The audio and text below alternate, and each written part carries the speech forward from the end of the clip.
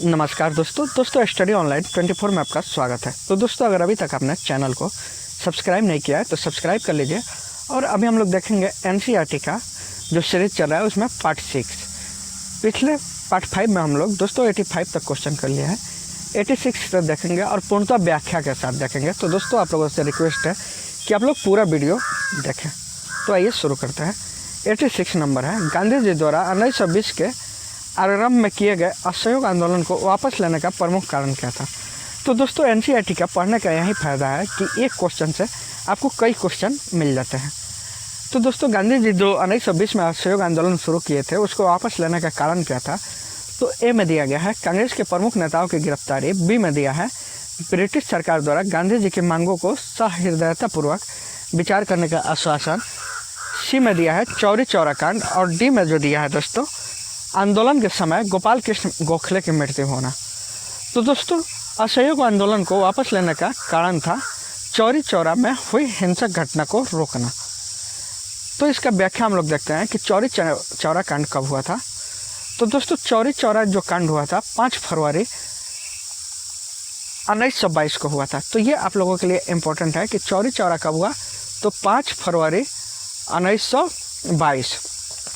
तो इस चीज़ को आप लोग याद रखेंगे। और ये क्वेश्चन में पूछा जाता है कि चौरी चौरा की घटना कब हुई, तो 5 फरवरी 1922। तो देखते हैं व्याख्या में क्या है।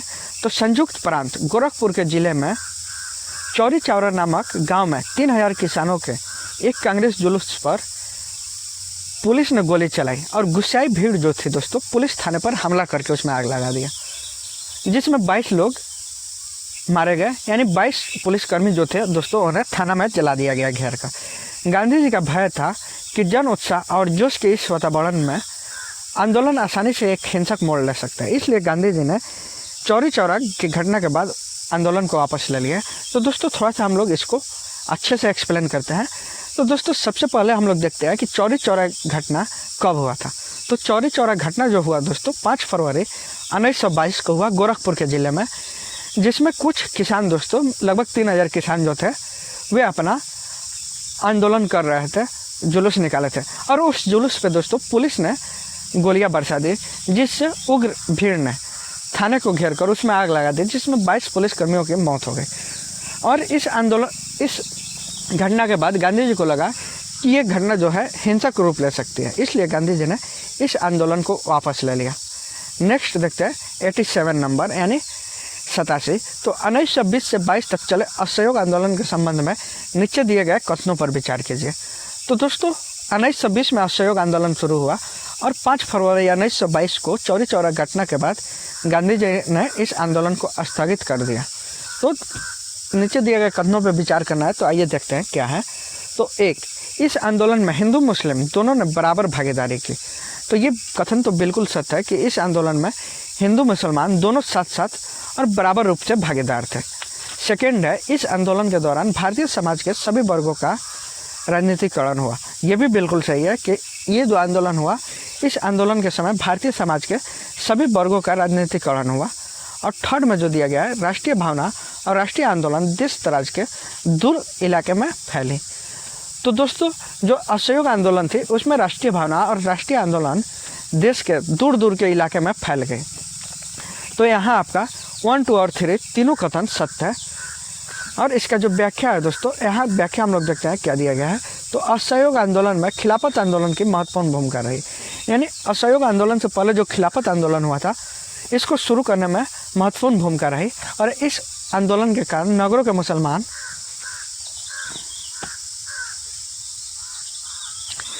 इस राष्ट्रीय आंदोलन में शामिल हुए और परिणाम स्वरूप ऐसा कहा जाता है कि धार्मिक चेतना का राजनीतिक में समावेश हुआ। यानी असहयोग आंदोलन में हिंदू और मुस्लिम बराबर की भागीदारी थी। देखने में तो असहयोग आंदोलन असफल था, मगर इसके कारण राष्ट्रीय आंदोलन अनेक अर्थों में और मजबूत हुआ। लाखों लाख किसान, दस्तकार, शहरी गरीब राष्ट्रीय आंदोलन में शामिल हुए थे। स्त्री पुरुष दोनों आंदोलन में सक्रिय रूप से भागीदारी लिए। और असहयोग आंदोलन था दोस्तों पूरे देश में समान स्तर पर फैला था, यानी पूरे दूर दराज के इलाकों में भी इसकी असर देखने को मिली। नेक्स्ट है 88 नंबर। तो 88 नंबर है दोस्तों स्वराज पार्टी के संस्थापक कौन थे। तो ये भी काफ़ी इंपॉर्टेंट क्वेश्चन है और पूछा भी जाता है कि स्वराज पार्टी के संस्थापक कौन थे। तो यहाँ ऑप्शन आपका दिया गया है, एक में चित्तरंजन दास और मोतीलाल नेहरू, बी ऑप्शन है सुभाष चंद्र बोस मोतीलाल नेहरू, सी ऑप्शन दिया गया है सरदार वल्लभ भाई पटेल और चित्तरंजन दास, और डी जो ऑप्शन है राजेंद्र प्रसाद और सुभाष चंद्र बोस है। तो दोस्तों स्वराज पार्टी के जो संस्थापक थे चित्तरंजन दास थे और मोतीलाल नेहरू। मोतीलाल नेहरू दोस्तों पंडित जवाहरलाल नेहरू के पिता थे। तो दोस्तों इसका राइट आंसर होगा चित्तरंजन दास और मोतीलाल नेहरू ने स्वराज पार्टी की स्थापना की। और इसकी व्याख्या जो है तो देखते हैं, दिसंबर 1922 में चित्तरंजन दास और मोतीलाल नेहरू ने स्वराज पार्टी की स्थापना की। दिसंबर 1922 दोस्तों आप लोग याद रखेंगे। इसके अध्यक्ष चित्तरंजन दास थे और मोतीलाल नेहरू इसके सचिवों में से एक थे। यानी अध्यक्ष किसे बनाया गया दोस्तों स्वराज पार्टी का, तो चित्तरंजन दास को। स्वराज पार्टी को कांग्रेस के अंदर एक समूह के रूप में काम करना था। इसने कांग्रेस के कार्यक्रमों को पूरी तरह स्वीकार किया। तो दोस्तों स्वराज पार्टी जो थी कांग्रेस के अंदर ही रहकर कार्य कर रहे थे और इसने कांग्रेस के सभी कार्यक्रमों को पूरी तरह से स्वीकार किया, केवल इस बात को छोड़कर कि यह पार्टी काउंसिल के चुनाव में भाग लेगी। यानी काउंसिल के जो यानी विधान परिषद के जो चुनाव होते थे उसमें स्वराज पार्टी भाग लेगी। बाकी सारे कांग्रेस के विचारों को इसने स्वीकार किया। नेक्स्ट 89 नंबर क्वेश्चन है दोस्तों। तो 89 देखते हैं, ये भी काफ़ी इंपॉर्टेंट है। निम्नलिखित में से कौन सा कारण स्वराज पार्टी की स्थापना के लिए उत्तरदायी था? तो दोस्तों ये काफ़ी इंपॉर्टेंट है। और कौन सा कारण था जो स्वराज पार्टी की स्थापना के लिए उत्तरदायी था? तो दोस्तों ऑप्शन ए में है असहयोग आंदोलन के बाद राष्ट्रवादियों में फैली हताशा। यानी दोस्तों असहयोग आंदोलन के बाद जब स्थगित कर दिया गया असहयोग आंदोलन, तो उसके बाद राष्ट्रवादियों में एक प्रकार की हताशा फैल गई। वे निराश होने लगे। उन्हें लगा कि इस आंदोलन के असफल हो जाने से उनकी सारी मेहनत बेकार हो गई। इसी कारण से स्वराज पार्टी की स्थापना की गई। तो यहाँ दोस्तों पहला ही आपका सही है। नेक्स्ट देखते हैं, इसमें जो व्याख्या है दोस्तों, व्याख्या आप लोग अपने से देख लेंगे, नहीं तो व्याख्या के कारण दोस्तों वीडियो काफ़ी लंबा होते जा रहा है तो आप लोग बोर फील करेंगे। तो नेक्स्ट 90 नंबर है। तो 90 नंबर है दोस्तों, भारतीय राष्ट्रीय आंदोलन में स्वराजवादियों के योगदान के संबंध में नीचे दिए गए कथनों में कौन सा कथन सत्य है? तो दोस्तों ये भी काफ़ी इंपॉर्टेंट है कि भारतीय राष्ट्रीय आंदोलन में स्वराजवादी जो थे उनके संबंध में नीचे दिए गए कथनों में कौन सा कथन सही है? तो ए में दिया गया है कि इन्होंने राष्ट्रवादी नेता विठल भाई पटेल को केंद्रीय विधानसभा यानी सेंट्रल लेजिस्लेटिव असेंबली का अध्यक्ष बनाया। तो दोस्तों ये काफ़ी इम्पोर्टेंट है और सत्य भी है कि विठल भाई पटेल को केंद्रीय विधानसभा का अध्यक्ष बनाया गया। तो इस क्वेश्चन को आप लोगों को ध्यान रखना है कि केंद्रीय विधानसभा का अध्यक्ष किसे बनाया गया था, किस राष्ट्रवादी नेता को? तो विठल भाई पटेल को। और दूसरा जो दिया गया है, इन्होंने 1919 के अधिनियम की जांच के लिए मुंडी मैन समिति का गठन किया, यानी नियुक्ति करवाई। तो दोस्तों ये काफ़ी इंपॉर्टेंट है कि मुंडी मैन समिति का गठन किस लिए किया गया? तो दोस्तों मुंडी मैन समिति जो थी इसका गठन जो किया गया था 1919 के अधिनियम की जांच के लिए किया गया था। और 1919 के अधिनियम को मॉन्टेग्यू-चेम्सफोर्ड रिपोर्ट या अधिनियम के भी नाम से जाना जाता है, जिसमें प्रांतों में दोहरा शासन प्रणाली की शुरुआत की गई, जो काफ़ी इंपॉर्टेंट है। और पूछा भी जाता है कि प्रांतों में दोहरा शासन प्रणाली की शुरुआत किस अधिनियम के द्वारा की गई? तो 1919 के मॉन्टेग्यू-चेम्सफोर्ड रिपोर्ट के द्वारा प्रांतों में दोहरा शासन अधिनियम की शुरुआत की गई। तो इस प्रकार दोस्तों 1 और 2 दोनों कथन सत्य है कि विठल भाई पटेल को केंद्रीय विधानसभा का अध्यक्ष बनाया गया। और सेकंड जो है मुंडी मैन समिति का गठन जो किया गया था 1919 के अधिनियम की जांच के लिए किया गया था। व्याख्या जो दिया है ये देखते हैं। तो नवंबर 1923 के चुनाव में राष्ट्रवादियों को अच्छी सफलता मिली थी। यानी जो दोस्तों नवंबर 1919 का चुनाव हुआ उसमें स्वराजवादियों को, यानी स्वराजवादी किसे कहते हैं? तो जो स्वराज पार्टी से जुड़े थे, यानी जिसकी स्थापना मोतीलाल नेहरू और CR दास यानी चित्तरंजन दास के द्वारा की गई थी, जो उस पार्टी से जुड़े थे उन्हें स्वराजवादी कहते हैं। तो नवंबर 1923 में जो दोस्तों केंद्रीय विधानसभा का चुनाव हुआ उसमें स्वराज पार्टी को अच्छी सफलता मिली थी। केंद्रीय एवं प्रांतीय विधानमंडलों में स्वराज पार्टी द्वारा बड़े महत्वपूर्ण कार्य किए गए। और विठल भाई पटेल को सेंट्रल लेजिस्लेटिव असेंबली का अध्यक्ष बनवाना स्वराज पार्टी की एक महत्वपूर्ण सफलता थी। यानी विठल भाई पटेल को केंद्रीय विधानसभा का अध्यक्ष बनवाना स्वराज पार्टी के लिए एक महत्वपूर्ण सफलता थी। नेक्स्ट हम लोग देखते हैं दोस्तों,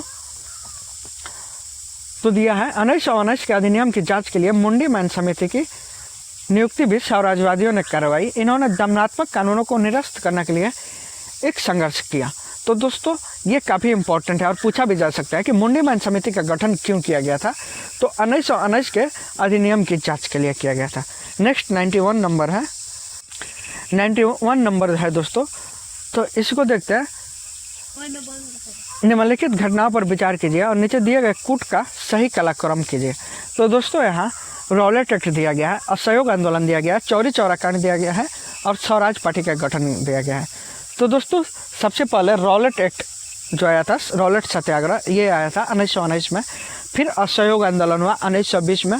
उसके बाद चौरी चौरा कांड हुआ दोस्तों 1922 में। और स्वराज पार्टी का गठन भी दोस्तों हुआ था दिसंबर 1922 में। तो ये आपको याद रखना है कि रॉलेट एक्ट कब हुआ था, तो 1919 में। असहयोग आंदोलन 1920 में शुरू हुआ।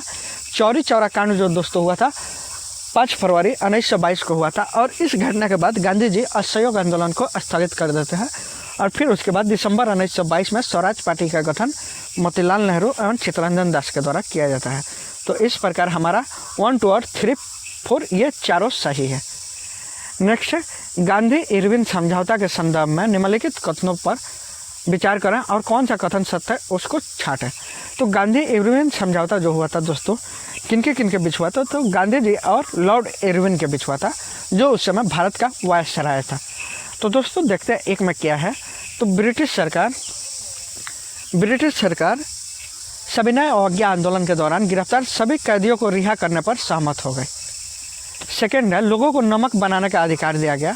और थर्ड है, इस समझौते के तहत कांग्रेस ने सविनय अवज्ञा आंदोलन को रोक दिया। तो दोस्तों यहाँ जो है हम लोग देखते हैं कौन कौन सा कथन सत्य है। तो ब्रिटिश सरकार सविनय अवज्ञा आंदोलन के दौरान गिरफ्तार करने किए सभी कैदियों को रिहा करने के लिए सहमत हो गए, ये कथन दोस्तों बिल्कुल गलत है। लोगों को नमक बनाने का अधिकार दिया गया, ये सही है। और इस समझौते के तहत कांग्रेस ने सविनय अवज्ञा आंदोलन को रोक दिया, तो ये भी सही है। यानी हमारा कथन 2 और 3 सही है। तो नेक्स्ट इसका व्याख्या हम लोग देखते हैं जो काफ़ी इंपॉर्टेंट है। तो वायसराय लॉर्ड इरविन और गांधी जी के बीच मार्च 1931 में एक समझौता हुआ। तो दोस्तों यहाँ क्वेश्चन पूछा भी जा सकता है कि वायसराय लॉर्ड इरविन और गांधी जी के बीच समझौता कब हुआ था, तो मार्च 1931 में हुआ था, जिसे इतिहास गांधी इरविन समझौता के नाम से जानता है। यानी इस घटना को गांधी इरविन समझौता के नाम से जानते हैं। इस समझौते के तहत सरकार ने अहिंसक रहने वाले राजनीतिक बंदियों को रिहा करने के लिए तैयार हो गई। यानी जो दोस्तों जो कैदी थे हिंसा नहीं करते थे उन्हें सरकार रिहा करने के लिए तैयार हो गई, और जो हिंसा करते थे उन्हें रिहा करने का कोई सवाल नहीं था। नेक्स्ट व्याख्या है, इस समझौते के तहत उपयोग के लिए नमक बनाने का अधिकार दे दिया गया। विदेशी वस्त्रों और शराब की दुकानों पर धरना देने का अधिकार भी मान लिया गया। यानी जो विदेशी वस्त्र थे और शराब की दुकानें थी उन्हें धरना देना वहाँ मान लिया गया। यानी हम लोग भारतीय धरना दे सकते थे, उसके खिलाफ आवाज़ उठा सकते थे और अपने देशीकरण यानी देसी वस्त्रों के लिए हम लोग व्यापक हड़ताल कर सकते थे, यानी उसकी बेचने की मांग को हम लोग ला सकते थे। तो इस समझौते के तहत कांग्रेस ने सविनय अवज्ञा आंदोलन को रोक दिया था। नेक्स्ट है 93 नंबर। तो ये काफ़ी इंपॉर्टेंट है 93 दोस्तों। आपका कांग्रेस के किस गोलमेज सम्मेलन में भाग लिया। तो दोस्तों कांग्रेस ने किस गोलमेज सम्मेलन में भाग लिया, तो ये काफ़ी इंपॉर्टेंट है और ऑप्शन यहाँ चारों गोल दिया गया है। तो प्रथम गोलमेज सम्मेलन, द्वितीय गोलमेज सम्मेलन, तृतीय गोलमेज सम्मेलन और तीनों गोलमेज सम्मेलनों में। तो दोस्तों कांग्रेस ने जो भाग लिया था द्वितीय गोलमेज सम्मेलन में भाग लिया था, यानी इसका राइट आंसर बी होगा। तो दोस्तों इस गोलमेज सम्मेलन से कुछ विशेष बातें हम लोग जानते हैं।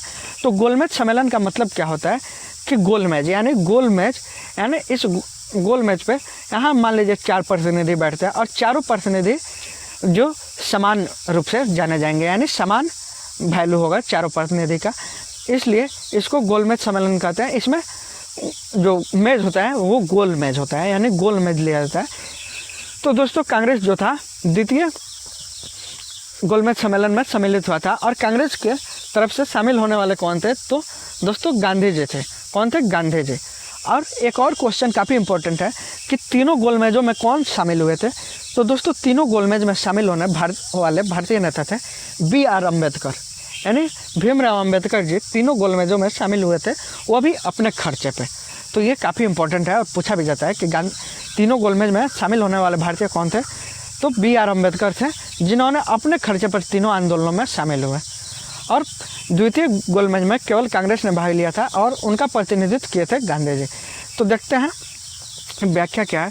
तो गांधी इरविन समझौते के तहत कांग्रेस ने द्वितीय गोलमेज सम्मेलन में भाग लिया और कांग्रेस की ओर से गांधी जी दूसरे गोलमेज सम्मेलन में भाग लिए और इंग्लैंड गए। तो दोस्तों यहाँ ये भी क्वेश्चन पूछा जाता है कि गांधी जी द्वितीय गोलमेज सम्मेलन में भाग लेने के लिए इंग्लैंड जाने गए तो किस जहाज़ का उपयोग किया? तो SS राजपूताना। तो ये भी काफ़ी इम्पोर्टेंट है कि SS राजपूताना जो दोस्तों जहाज़ था, उस जहाज़ के द्वारा गांधी जी इंग्लैंड द्वितीय गोलमेज में भाग लेने के लिए गए थे। नेक्स्ट 94 नंबर है। तो 94 नंबर भी काफ़ी इंपॉर्टेंट है दोस्तों। निम्नलिखित घटनाओं के कालानुक्रम में व्यवस्थित कीजिए और नीचे दिए गए कूट का प्रयोग कर सही उत्तर चुनिए। तो दोस्तों सबसे पहले क्या हुआ था? तो नेहरू रिपोर्ट जो था किसके द्वारा तैयार किया गया था? तो दोस्तों मोतीलाल नेहरू के द्वारा। और ये कब तैयार किया गया था? तो 1928 में तैयार किया गया था।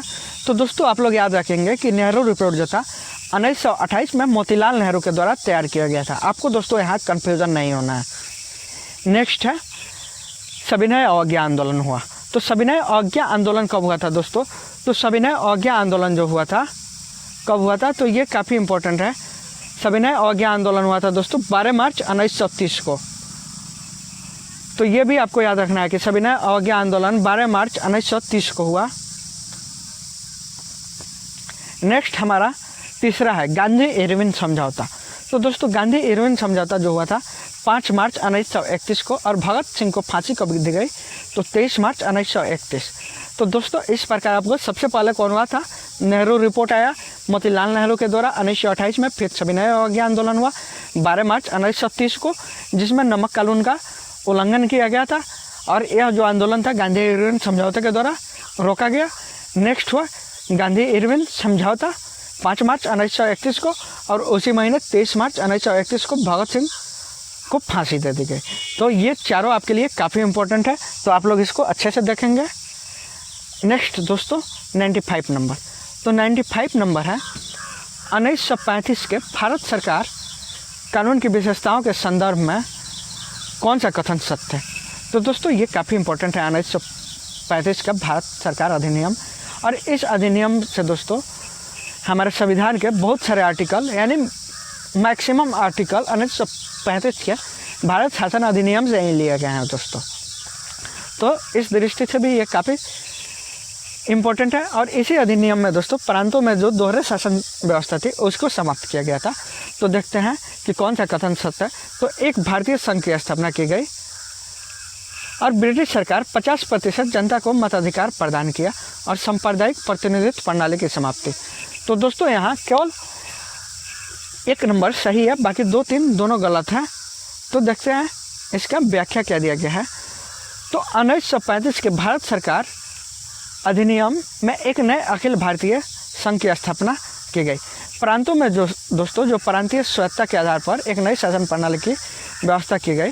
यह संघ ब्रिटिश भारत के प्रांतों तथा रजवाड़ों पर आधारित थे। इस कानून के द्वारा केंद्र में 2 सदनों वाली एक संघीय विधायिका की व्यवस्था की गई, जिसमें रजवाड़ों को भिन्न भिन्न प्रतिनिधित्व दिया गया, मगर रजवाड़ों के प्रतिनिधियों का चुनाव जनता द्वारा नहीं किया जाता था, बल्कि उन्हें वहाँ के शासक मनोनीत करते थे। तो दोस्तों इस अधिनियम की मुख्य विशेषता थी कि इसमें दोस्तों रजवाड़ों को भी प्रतिनिधित्व करने का अवसर दिया गया था, लेकिन उन रजवाड़ों के जो प्रतिनिधि आते थे उनका चुनाव जनता नहीं करती थी, उनका चुनाव वहाँ के शासक द्वारा किया जाता था, यानी शासक मनोनीत करते थे। नेक्स्ट है 96 नंबर। 1935 के भारत सरकार कानून के अंतर्गत फरवरी 1935 में हुए प्रांतीय चुनाव में कांग्रेस ने कितने प्रांतों में अपनी सरकार बनाई? तो दोस्तों ये काफ़ी इम्पोर्टेंट है कि 1935 का जो तो ये काफ़ी इम्पोर्टेंट है कि 1935 में जो दोस्तों भारतीय शासन अंतर्गत सरकार कानून के अंतर्गत जो अधिनियम पारित हुए उसके द्वारा जो प्रांतीय चुनावों में कांग्रेस के कितने प्रांतों में अपनी सरकार बनाई? तो दोस्तों कांग्रेस ने 1935 के जो भारत सरकार अधिनियम के बाद इलेक्शन हुए थे उसमें 9 प्रांतों में कांग्रेस ने अपनी सरकार बनाई। तो इसका व्याख्या हम लोग देखते हैं। तो व्याख्या जो दिया गया है दोस्तों, तो 1935 के भारत सरकार कानून के संघीय पक्ष को कभी लागू नहीं किया गया, यानी 1935 के भारत सरकार अधिनियम का जो संघीय पक्ष था उसको कभी भी लागू नहीं किया गया और प्रांतीय पक्ष को जल्द ही लागू कर दिया गया। 1935 के नए कानून का कड़ा विरोध करने के बावजूद कांग्रेस ने इसके अंतर्गत होने वाले चुनाव में भाग लेने का निर्णय किया। हालांकि गांधी जी ने एक भी चुनाव को संबोधित नहीं किया। तो ये काफ़ी इम्पोर्टेंट है कि 1935 का जो चुनाव हुआ था उसमें कांग्रेस ने भाग तो लिया, लेकिन उसमें जो भाग लिए थे उसमें गांधी जी ने एक भी चुनाव के सभा को संबोधित नहीं किया। ये काफ़ी इम्पोर्टेंट है। और फरवरी 1937 में हुए चुनाव में कांग्रेस के अधिकांश प्रांतों में भारी जीत से हासिल की। और 1935 के अधिनियम के द्वारा 1937 में जो चुनाव हुआ दोस्तों, उसमें कांग्रेस ने भारी जीत हासिल की और 11 में से 7 प्रांतों में जुलाई 1937 में कांग्रेसी मंत्रिमंडल के बने। और बाद में कांग्रेस ने 2 प्रांतों में साझी सरकारें बनाई, यानी कांग्रेस 9 प्रांतों में अपनी सरकार बनाई, जिसमें से 7 प्रांतों में उन्हें पूर्ण बहुमत प्राप्त हुआ और 2 प्रांतों में साझी सरकारें बनाई, यानी मिली जुली सरकार जिसको बोलते हैं। तो दोस्तों ये वीडियो का सीरीज आपको अच्छा लग रहा हो तो अधिक से अधिक लाइक, शेयर और सब्सक्राइब कीजिए। धन्यवाद दोस्तों। वीडियो का नेक्स्ट पार्ट जल्द ही अपलोड किया जाएगा और वीडियो काफ़ी लंबा हो रहा है, इसलिए हम लोग थोड़ा कम क्वेश्चन करेंगे लेकिन पूर्ण व्याख्या के साथ करेंगे। इसलिए दोस्तों आप लोग वीडियो को अच्छे से देखें और सब्सक्राइब करें। धन्यवाद दोस्तों।